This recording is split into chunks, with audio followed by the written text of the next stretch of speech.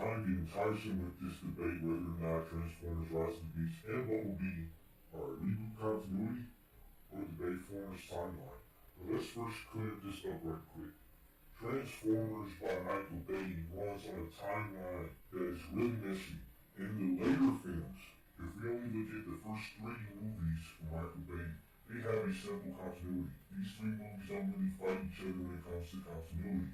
Even Age of Extinction to a degree. Hey, what about the seed? Well, the seed makes metal. It doesn't give life to the Transformers. That's an all-spark. So that's not really a contradiction. It was the last night that begins to start doing all this jumping up continuity.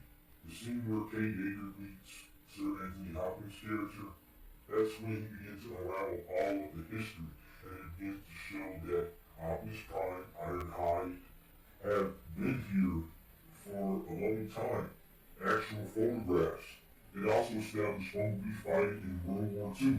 Now that's all fine and dandy, but how can you just create something like Bumblebee 2018 by trying to also connect that to the Last Night continuity? This is not Travis Knight's fault. It's really a question for Paramount and Hasbro.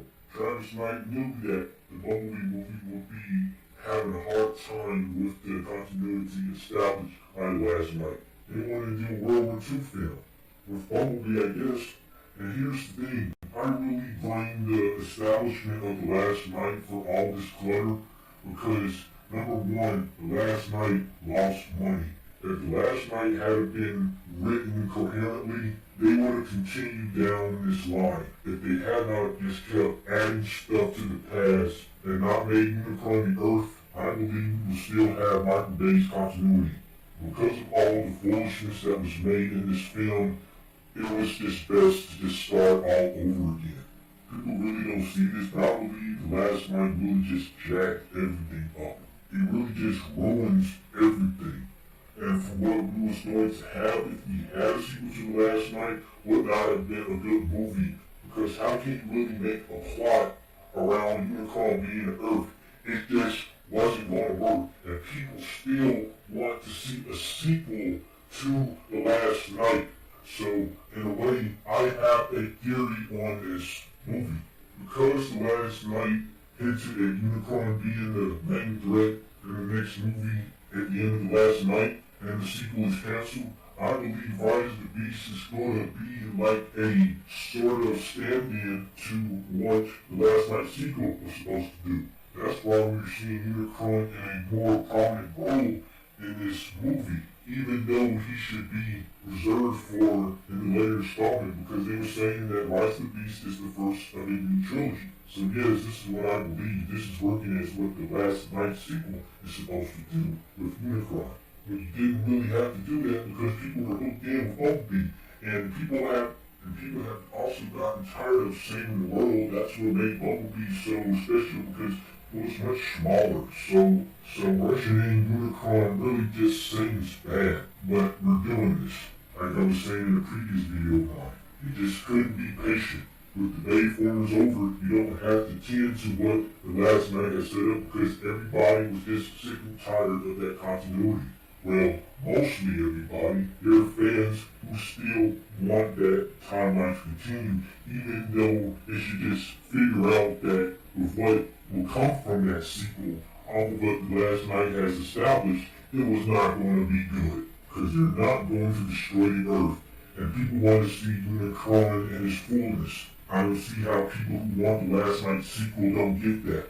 And now we have a chance of seeing Unicron in his fullness. That's why it's much better that this is a reboot than a prequel. How can a prequel even work if Unicron is shown as his own planet and not the Earth? And if they try some bullcrap at the end of Rise of the Beast by making Unicron the Earth, I don't think a lot of people would see this as a good move. I mean, many people see that as a very obnoxious idea because they're just trying to connect it to Michael Bay's films. But hopefully they finally learn their lesson with the decisions they are making with the live-action franchise. Now, here's what I believe Bumblebee and Rise of the Beast are to the Michael Bay movies. I believe they are in a parallel timeline or a parallel universe. Think of these movies as the Spider-Man movies. You have Tobey Maguire, you have Andrew Garfield, you have Tom Holland in their own universes. But in a way, they still have some similarities. They are all Peter Parker, Spider-Man, but different events has happened to them. They can even have similar historical events, like the death of Uncle Ben. So look at Bumblebee and Rise of Beasts as parallels to Michael Bay's Transformers movies. They can all be relative, not disregarding any fan, while still being unique in their own timelines, and nothing gets contradicted.